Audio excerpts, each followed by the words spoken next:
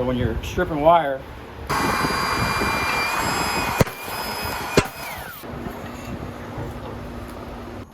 bro, once you go double donut, man, there's no coming back from that shit, dude. Today on Project Shop, we got a little bit of copper wire we're gonna be stripping. Got some big stuff, got the donut maker set up. Got another drum over there. Probably not gonna strip none of that or any of that. We're gonna focus on this pile here. That bigger stuff there, we'll make a little donut. So who thinks it's about time to break out the granulator and start making some granulator videos? So anyway, for now, we're gonna be using Strip-O-Matic 5000 here and knock out some of this copper.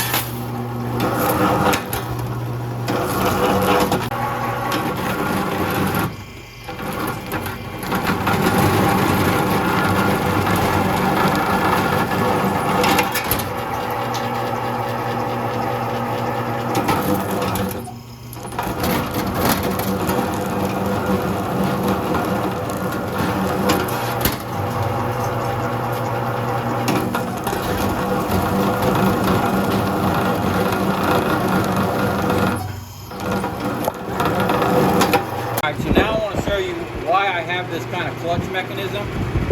So if you ever have to stop or you get a jam, you can stop it and then to restart, the motor's already going. You're not going to pull a lot of amps. You can kind of just bump it and get it going again. Like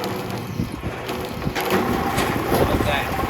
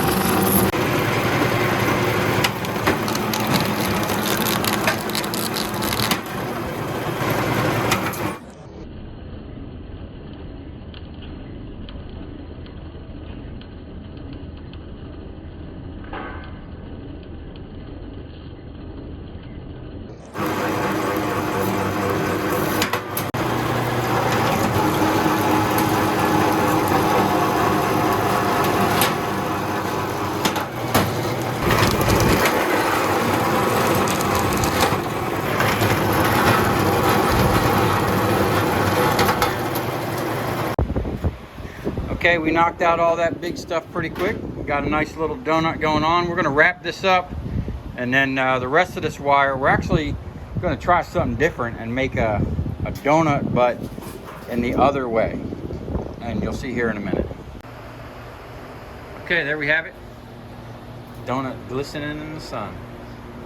Got some transformers to break down as well, but this here, my donut maker is actually originally, I designed it to unspool spools of wire like this that come, instead of trying to just cut it and unspool it by hand or whatever, if you can get the spool up on here, it makes life a lot easier. Now we're going to unspool all this stuff and then see if I can't spool it right back up on here and make a donut with this long stuff.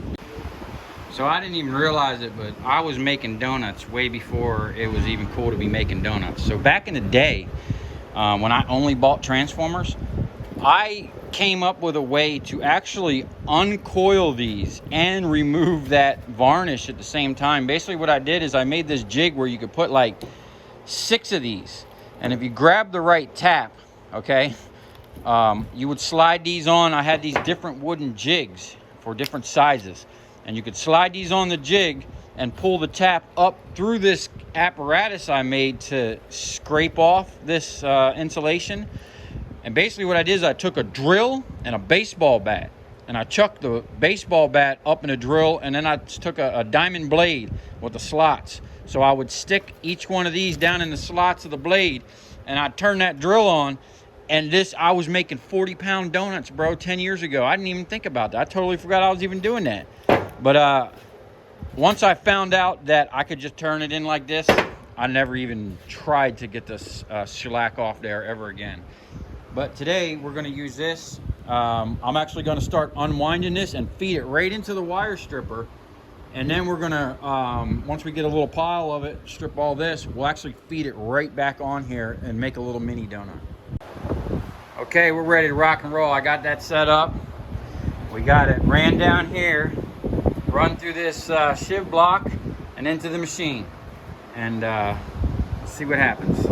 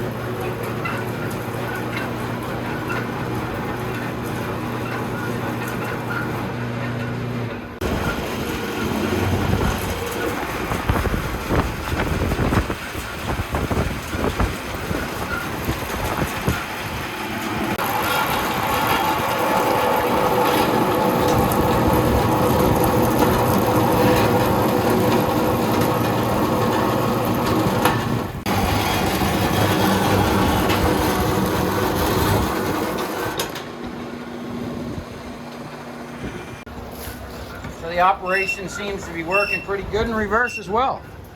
We're just coiling up donuts over here.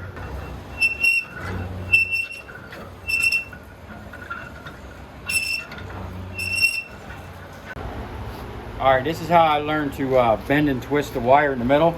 So when you're stripping wire and it's longer than your arm span, if you bend and twist it in the middle, you're pulling two at the same time and you're doubling your production.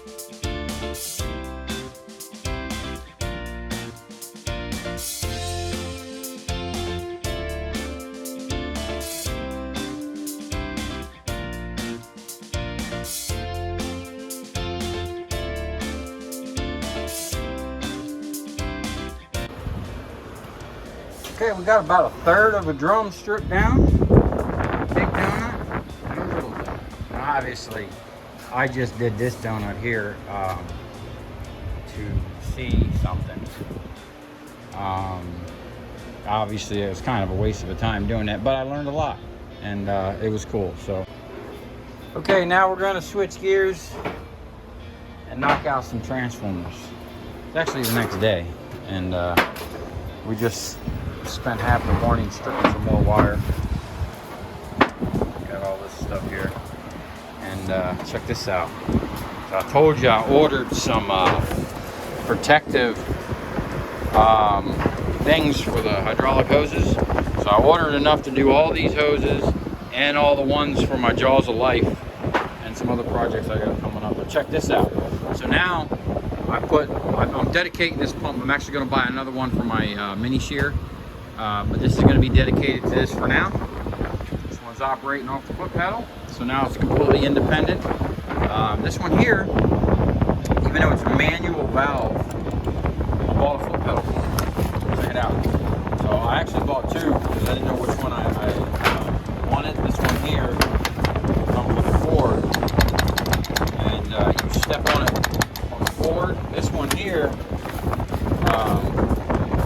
you just step on the very end of it. And this one's a little more stout and feels nicer. I think I'm going to like this one so it can just kind of stay underneath. And you know, the good thing about that is, in the beginning, this was pneumatic, so I had a little thing here to turn the air on that I could lock, and I could set it and then go over here and start doing whatever I needed to do to get this stuff ready.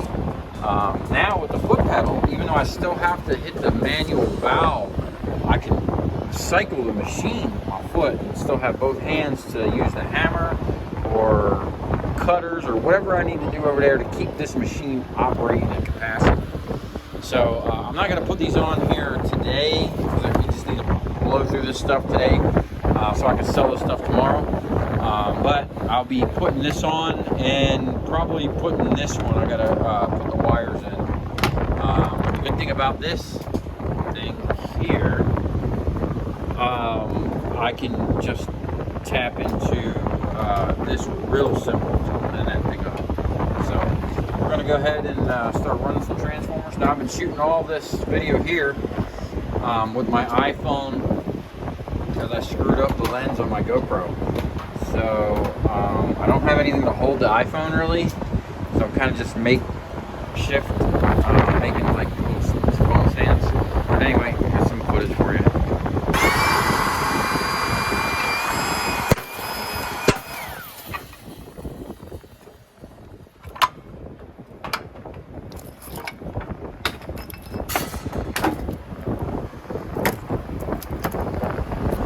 Got a nice little chunk up there already. Bunch on the table. Still pull them out of there. Got to go through those and liberate those from the brackets still. There's still some over there.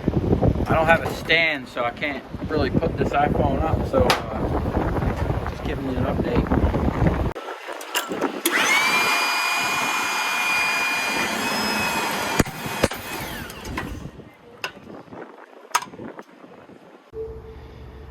Okay, we're moving along. We got a lot of aluminum. I knew that, and that's exactly why I check these when I buy them. So no matter what, I'm gonna make money. Still got a lot to process, and there's still some in here I'm not gonna get to today that need to be liberated from these brackets. That'll be for another day with the cutters. I'll do a whole video on breaking those, what I call bastards, down.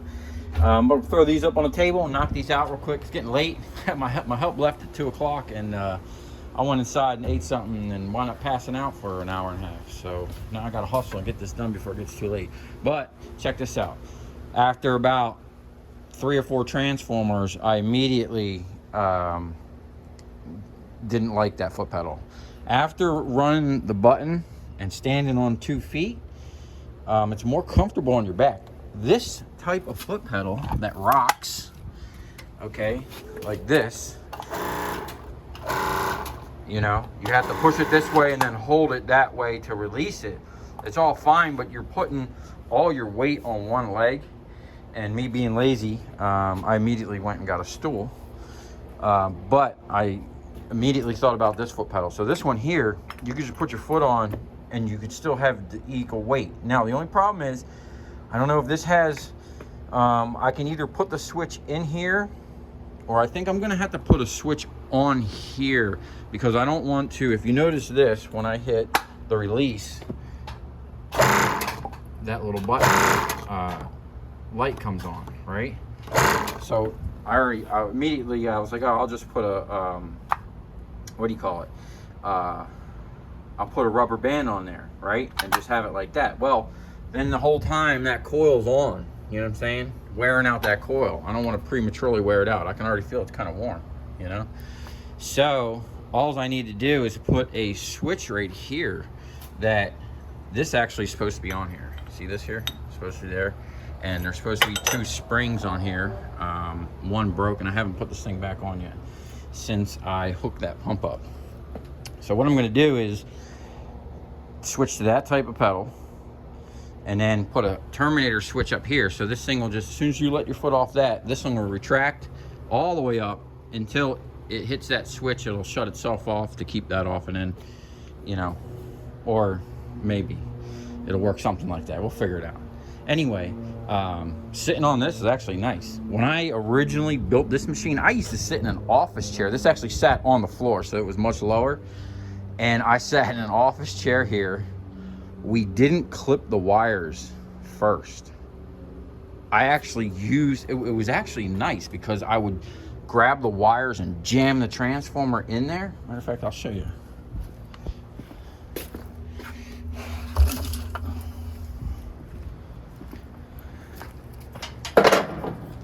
So the guy that worked for me would prep them. He'd throw them on the table, and either in the beginning, we're such idiots. I actually used to use sawzalls or cut-off blades and cut these off, and then we just decided to hit them with a hammer because it didn't matter. It still broke it in the machine. And the ones with the brackets that I'd be shearing off, you know what I'm saying?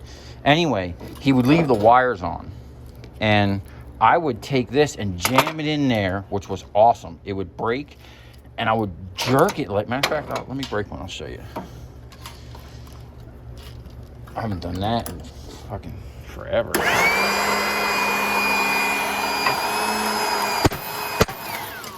All right, see that? Now, when you release it, you just jerk it, and the things would come off. Now, I was sitting in a chair right here, so when that would happen, I had a 5-gallon bucket, and I would just let it drop into the bucket. It was awesome. And then it was crazy. This guy was dodging transformers because I would take the transformer like this and literally bounce it off this brick wall, and then it would land in a pile. It was just a crazy pile here. And then he would take them. It was so dangerous. We had this on this little tiny thing, and it was just kind of looked like an opening like that. And I had these individual plates. He would sit there and change the plate for the different size transformer. It worked, but it was tiny, rinky-dink, and it would flex sometimes and kick those plates out. I mean, it wasn't nothing to catch a transformer in the stomach, you know what I'm saying? But and then when he was done and he had separated, he would clip that. So that was his job to clip that. But this machine ran off a 10,000 PSI aero-hydraulic foot pedal. It worked pretty good. It was always faster than this one. This one had a 20-ton, like one of those right there, a pneumatic jack.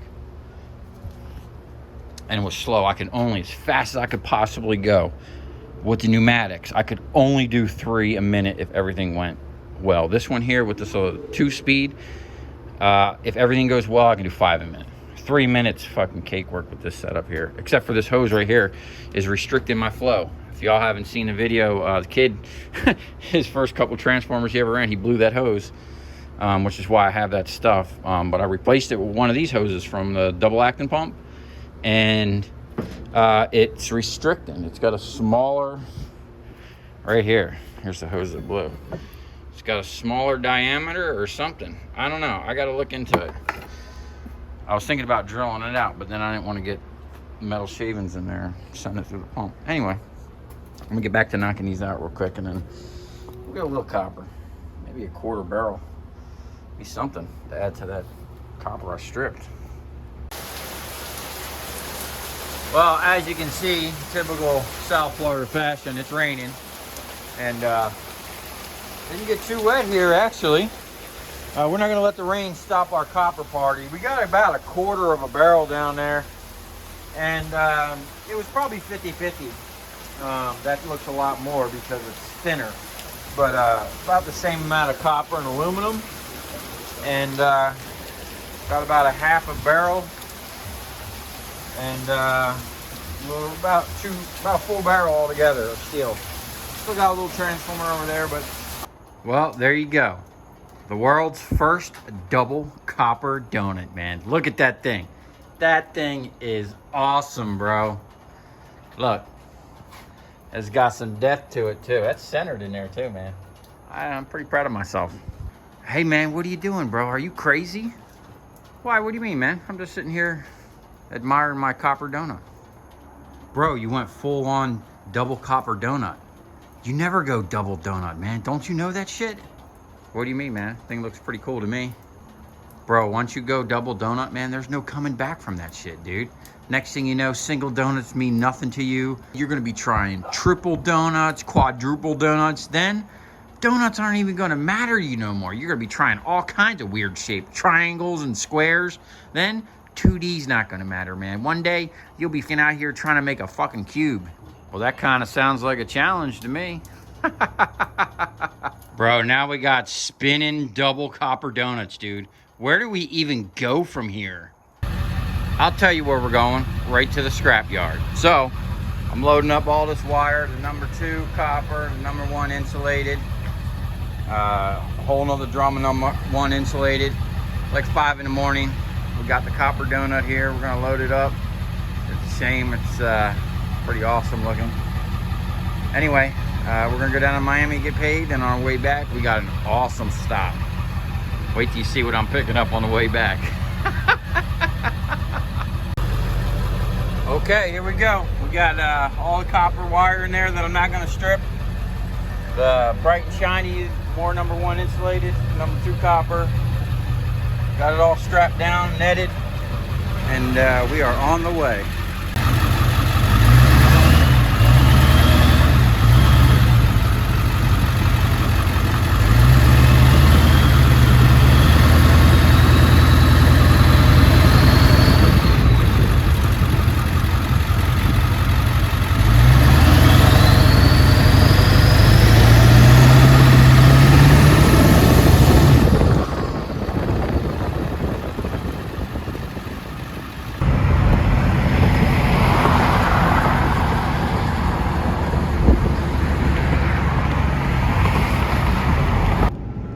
Okay, we made it down here with no incident. Now look at that. Look at that beautiful local sun.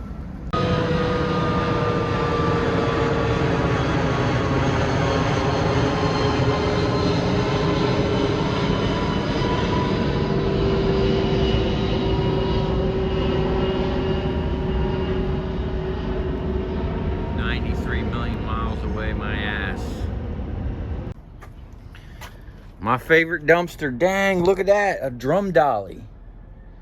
Oh, we're gonna get those. You know, something just told me, make a double donut. I don't know why, but I did it. And look at this. I got blessed with double barrel dollies. I've actually been looking to buy one of these. I used to have one just like this, but I didn't like it because of all this. There's another style that's way better than this, which I'll be getting here soon. But these will do for now. They're both missing the same. There should be a pin in here with a little hook, which just slides up and down. You know, right there to lock onto the drums. Predictions, I haven't weighed none of this stuff. And I'm gonna say either right around 3 grand.